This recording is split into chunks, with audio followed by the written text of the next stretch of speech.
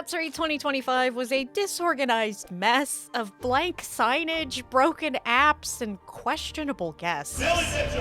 With the ticket price now over $100 and this many problems, it leads me to question whether or not Hyatt is worth it anymore. But it's one of my favorite conventions, so I still headed down to Florida to find out. And to a new hotel, because I wasn't able to get the host hotel, the Hyatt, in the hotel room scramble bloodbath. So we arrived at the Rosen Center, which has a really pretty lobby with more restaurants than the Hyatt, but the room itself had some problems. That's the smallest mirror I have ever seen in a hotel room. This is not ideal for painting yourself blue. But I had heard that the walk from the Rosen wasn't that much further than the one from the Hyatt, and while that's partially true, it still takes about 10 minutes at a minimum, depending how long it takes for you to play Frogger. However, the benefit is that the road that you have to cross is much less busy than the one in front of the Hyatt. Gator! Gator! Gator! No, the Rosen's Sky Bridge is so inconveniently placed that we initially couldn't find it. And if you don't take it, you're rewarded with actually a really lovely walk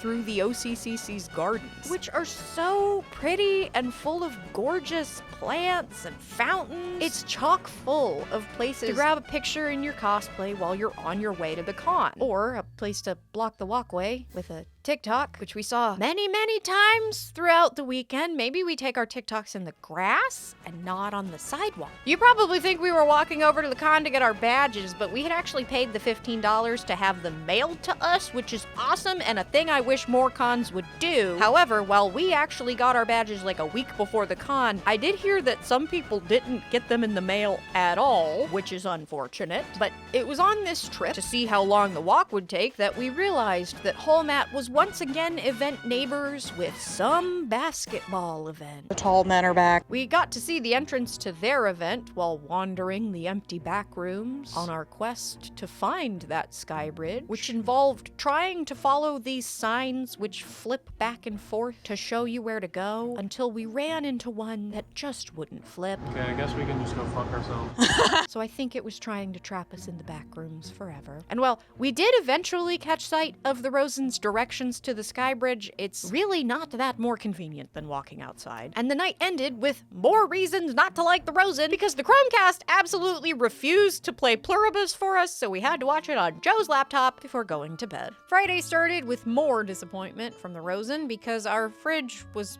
broken, so we had to spend the morning with actually a really nice maintenance man. But also, some evil person left the room's alarm set to 6 a.m., so it was a rough morning. But I was looking forward to catching a secret panel from the incredible Alley Cat cosplays. Where's the Christmas tree?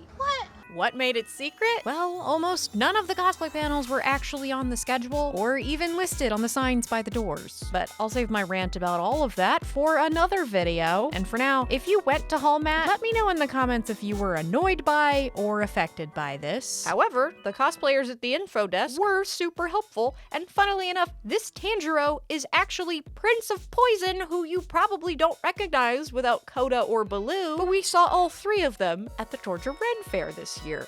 And half of Pros and Cons cosplay was just over here, and I got to fangirl over her before going in to see Alley Cat Cosplay's fantastic panel. She shares knowledge valuable to anyone interested in cosplay, whether you're just starting out or an advanced wigmancer. I learned things in this panel. She told us this new thing people do with paper towels to keep away wig headache. And she told us about this crimping technique where you do the thing I kind of do with the comb, but with a boar hair clamping brush instead that creates more tension and it gets rid of the crimping texture. Stuff like that, to her specific glue combinations for hard cap wigs. It was a fantastic panel that people missed out on because it wasn't on the schedule.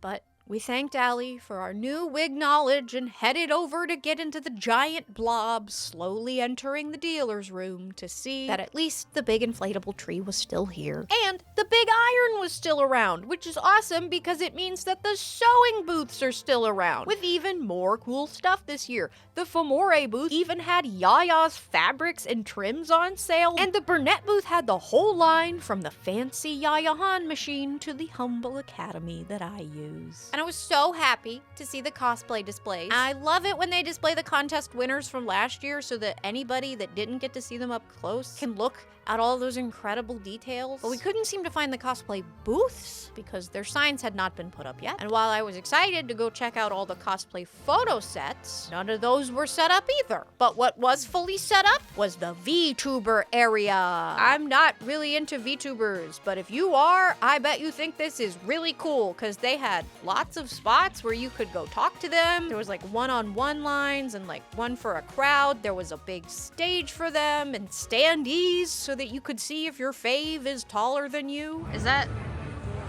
just a... what?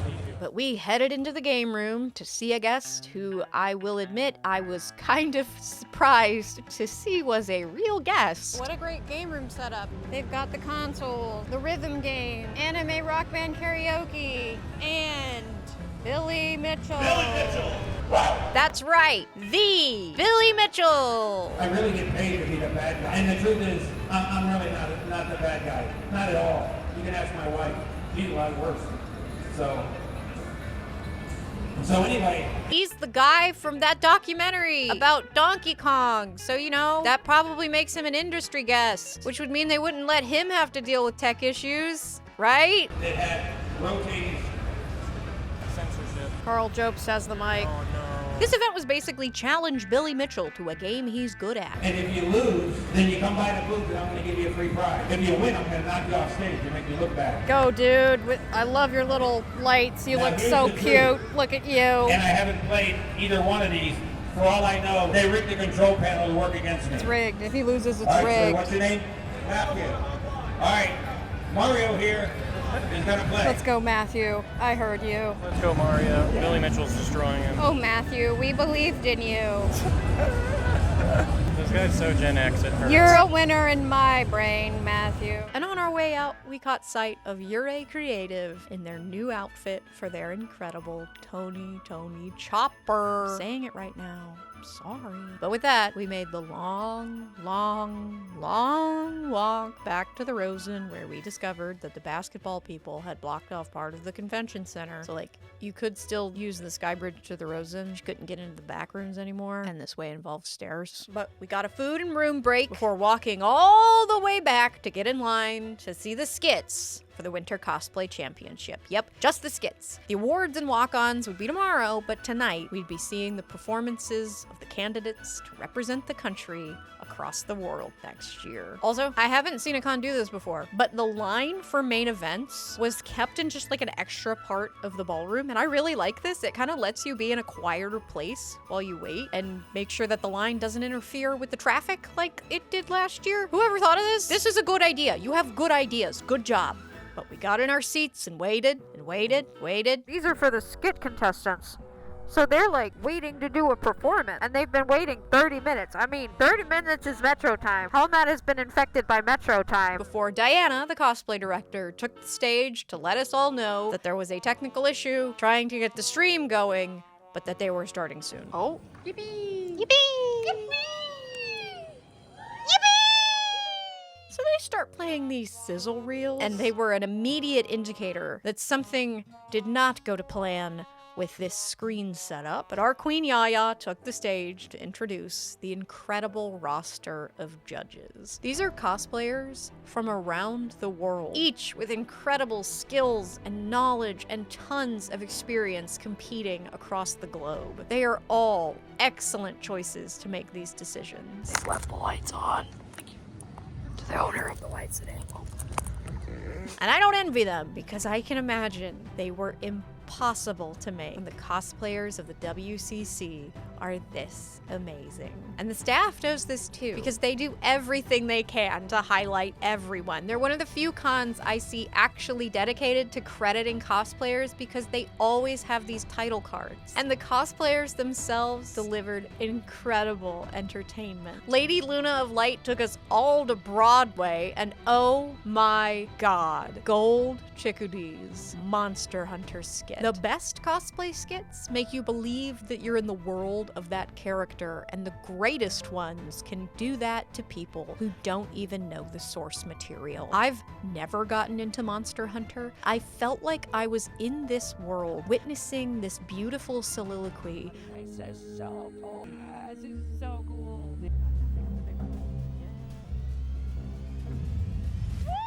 And they weren't the only one. The absolute dream team of Chikupi and Novice Cosplay wowed us with incredible fight choreography, wig cut reveals, and Novice Cosplay making holding still look really easy. It's not. But we also got an incredibly funny Kid Icarus skit from Restar, who had all kinds of fun stage props, video effects, and of course, amazing costumes. Miu Usagi and the Gamer Maid teamed up to become an incredible comedy duo. I got to see the amazing Indra Rojas perform, and I got my wig snatched by this wicked skit. The contest is also held in one of the big ballrooms this year instead of the theater, which is apparently great because the theater had weird rules about backstage, which meant that contestants couldn't have water last year. But I reached out to Komiko Cosplay, who told me that the green room setup was awesome this year. It had changing tents, a taped off area with the stage dimensions, tables and mirrors for makeup touch-ups, everything you would want for a contest this important. The Winter Cosplay Championship is not just one competition. These skits specifically encompass 4,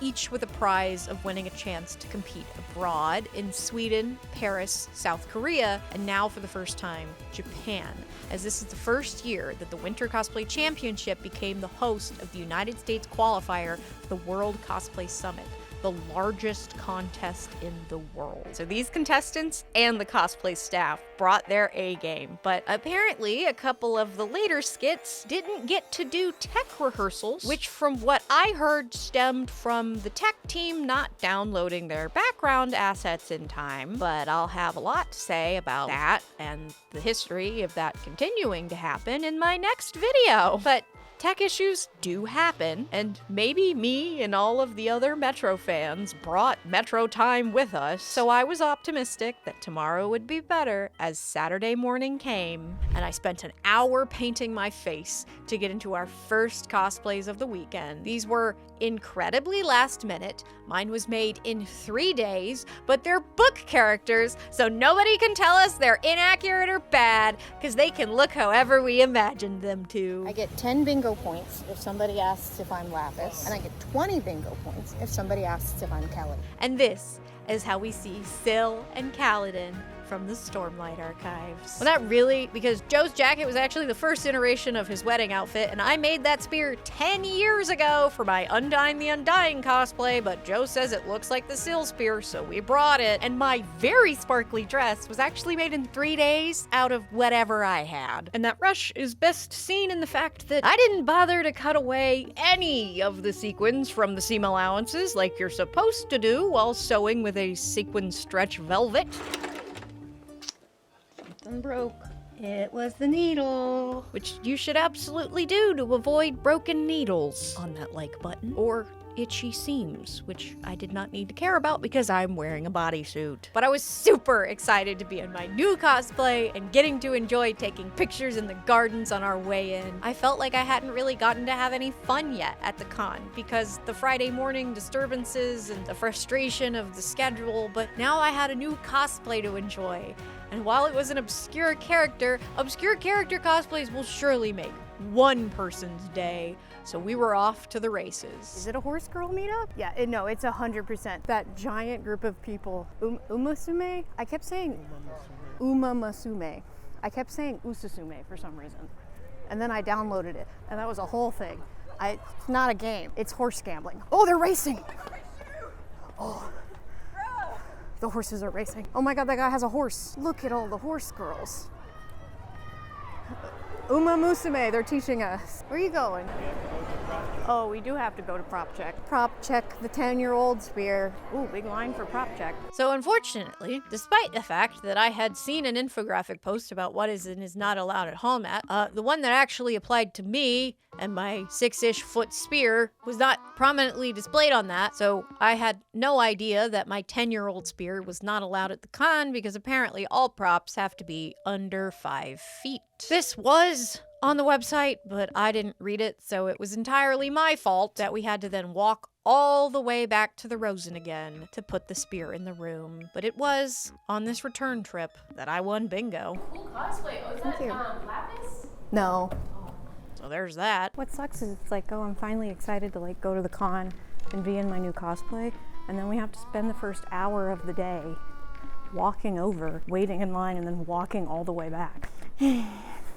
Another damper on another morning because I didn't think to check for kind of a really strict prop rule. But that didn't keep me down for too long because it was time to check out the artist alley, and one thing consistently fantastic at Hallmat is the artists it attracts. You've got all your anime convention standards with prints and charms, but then you get really unique booths like Alpaca So's, who sells plush rescue cats based on real shelter cats, and when you buy them, some of the sale goes to shelters. I got a really pretty new beret and sweatshirt from the Crooked Crescent. And don't even get me started on how amazing and adorable the fidget toys from Sakura Signatures are. They've got clickies, they've got spinnies, they design all of them. These little clicky pockies are incredible, and this little bow slider is my favorite. You get to shop in a tiny shopping cart, and they'll help you put it in the little bento box that it comes in when you can't grab them with your gloves. They're incredible! Come on and slam, and welcome to the jam. Anyway, we headed into the extremely large, curtained off 18 plus area to be really immature for people past 30. Oh my god. I am currently looking at a sticker of Hank Hill with no pants on, with his butt out, spread eagle, but like hands on the ground. This is the most I've never seen anything more beautiful in my life. I feel like I should buy it. You shouldn't. I want it. It's so funny. We saw PP. And got a picture in one of the cosplay photo sets now that they were actually set up, and these are awesome. They even put in soft boxes to combat the terrible convention floor lighting. Plus, this is where somebody got our cosplays. So this was awesome. And then when we were eating lunch, somebody walked up to show us their Stormlight tattoo. Hold on. I want to show you something real quick. I love your cosplay. Thank you. Oh, that's awesome. Thank you. I'm so glad somebody actually knows what we are. Yeah, no, I saw it and I was like, wait a minute, I've seen that symbol before. Mm-hmm. Yeah, no, you guys look awesome. Yes, sir. Bridge 4. So now our day was great. We had 3 people recognize the characters, which I would say is pretty good for how obscure they are, and for the fact that Scylla's actually supposed to be really tiny, and I am not. But please enjoy my attempt at forced perspective. Please let me know if I ate. Anyway, it was at this point that we discovered that while some panel rooms did have their schedules posted, the cosplay panels still did not, but I reached my tolerance limit for being blue and wearing gloves, so we went back to the room to unblue and play with my new toys before heading off to see the WCC walk-ons and find out who would be representing the United States at the World Cosplay Summit next year. Yay. Oh my god, the Tower of Hats. My heart is full. And I basically became the nerve support provider by handing people my fidgets to fidget. Let me tell you, they got fidgeted. Ash from Restar clicked that Pocky for like an hour. And for my service, I got to hear about Gadget Gear's cosplay's Edward Elric hand and see how incredibly flexible it was before heading in. I was happy to see a much larger crowd this year as well, but I can't say that I'm happy to tell you that it was late again today too, but these walk-ons were incredible. Look at the sheer amount of smocking on this Sakizo from Omitsuki, and look at the thousands of tiny petals, each individually handmade by Zlecki on this different Sakizo, or these fabric fans on this Sakizo. Yeah, all the Sakizos are in the walk-ons, because how do you do a Sakizo skit? Walk-ons, as always, are basically craftsmanship-only contestants, while the skits are judged on both the construction of the cosplays and the quality of the performance. The walk-ons aren't judged on stage presence at all, though there have been a few times where a fantastic walk-on grabs one of the sponsor awards for acting, but generally, doing a walk-on means that the pressure of these contestants was over back on Thursday when they got prejudged. So the judges have already seen all of these up close and have had several days to really think about these decisions, which is a thing I wish more cons would do, because when you've got a contest in a single day, especially ones with large amounts of contestants, it's hard to not end up with brain fog so thick that you can barely remember what you saw today. But at Hallmat, the judges are given the time they need to think and are still given a break before the awards to finalize those decisions. And while they did that, we, the audience, got the best halftime show I have ever seen. And from someone I had the pleasure of meeting at ALA back in January. Wait, that's our friend! Wait, we know him! Lamar the Con Guy, hosting Otaku Feud, where random people from the audience battled the hosts to answer survey questions. Name a must-have item in a cosplay repair kit. Super glue. Show me super glue. I don't know. A flask of rum? A flask of rum. That's our queen! Silly geese. For all the marbles, what is an anime that looks like it was created just to mess with cosplay? Black Butler. Please, more cons, hire Lamar to do this. He is so funny, he's a fantastic host, and he had us all dying to know the answers to these questions. Having a good halftime show is important for a good cosplay contest because you don't want to be getting your award to an empty room. And this was a fantastic way to keep everyone entertained while we waited for the judges. Number 6, Sailor Moon. Come on, we all know how to make a Sailor Moon. Come on. Number 5, someone over there said it. Yu-Gi-Oh! I don't agree with number 4, but you guys did this. Number 4, V-Stars. Okay. Number 3, My Hero Academia. I was right! Your fans are normies! My Hero Academia. I love this. You know why I love this? Because if you would like to fix this, follow me, Lamar the Con Guy, on all social medias.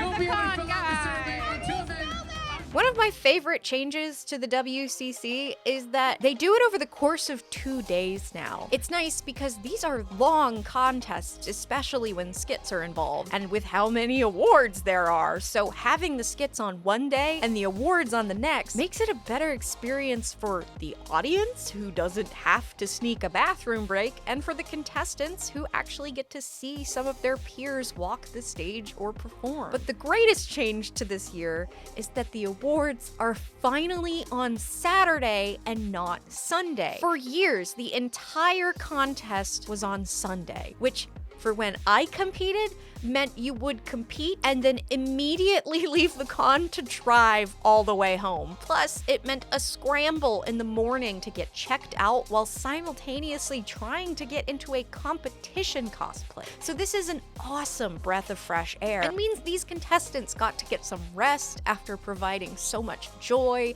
entertainment, and inspiration to the con. I also just want to say that if I was a gambling man, I would put money on Gold Chickadee being the first American to win the NCC. But I don't gamble because it's bad, so I will just hope that happens and tell you how proud I am of the first World Cosplay Summit Team USA to come from Hallmat.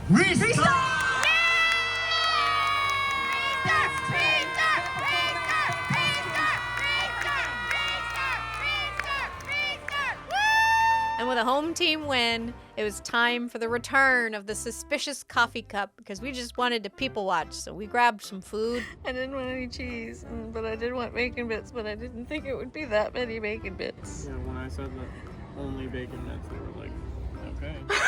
And made our first visit to the Hyatt, the main host hotel. I want to be where the people are. The people are here. Remember this shot last year, Penelope in the void? Oh no, it's stairs. Oh no, it's stairs. I loved that place. It was so good. And we were shown just how bad the Rosen bathrooms really are when we saw Pins and Snips. Do you want it? Do you want to be in the video? I don't know if I got a shot of you yet. Hey, it's Cosplay Crochet Chaos. I'm back. The way multiple MetroCon people, I was like, I absolutely remember your name because I said it in the video. And if I say it in the video, I have to hear it 30 times. But we did get excellent people watching as we got to enjoy Pins and Snip bringing joy to random strangers in their meme cosplay that I hadn't even heard of.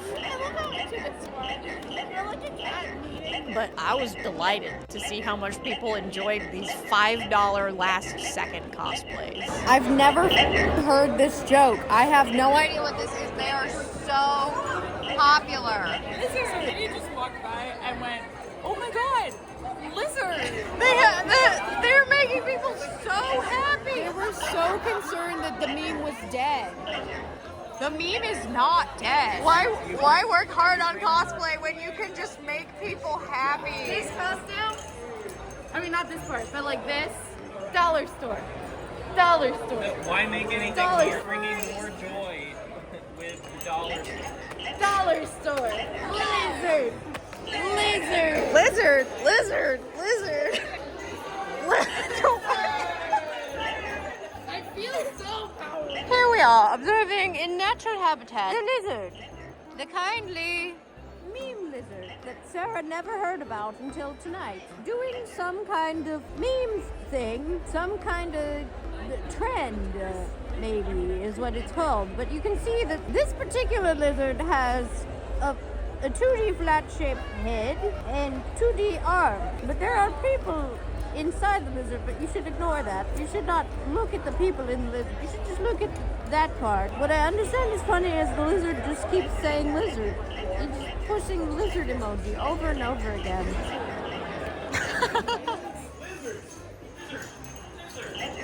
Sunday started with one last long walk through the pretty gardens and scenic views of cosplayers doing TikToks and a family photo in the cute hall mat photo set before our final lap around the dealer's room to look for Christmas presents for our siblings, where we did get to see that at some point the cosplayers' booth signs did go up, but we said goodbye to our new 2D friend. Goodbye, VTubers. Goodbye. You're cute. Bye-bye. You're short. Before deciding that Santa this year comes in the form of a gachapon ball, as Pins and Snip had told us that Otaku Vending, who I saw back in the summer at MetroCon, had mini Gundam kits in one of the machines. And my sister likes Gundams, so I got one for her. But Joe got a perfect pull for his One Piece loving little brother.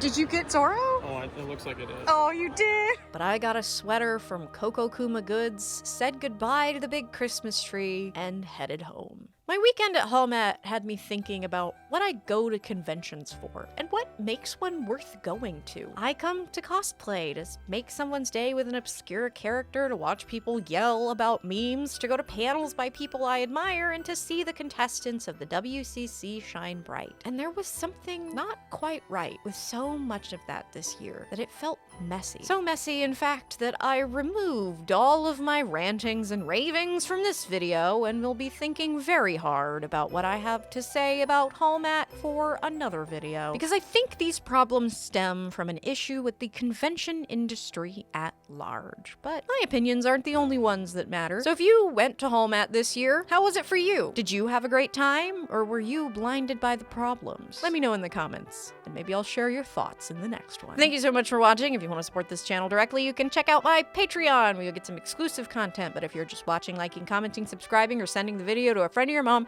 then you're supporting the channel too, so thank you. But the biggest thank you to my newest big support tier patrons: Neko, Nemo, Honey's Lesbian Cult, Rose, Casey, Reiko, Fremy, Magnolia Sky, Carrie, and Do Kiss Durba. Thanks for watching. Bye.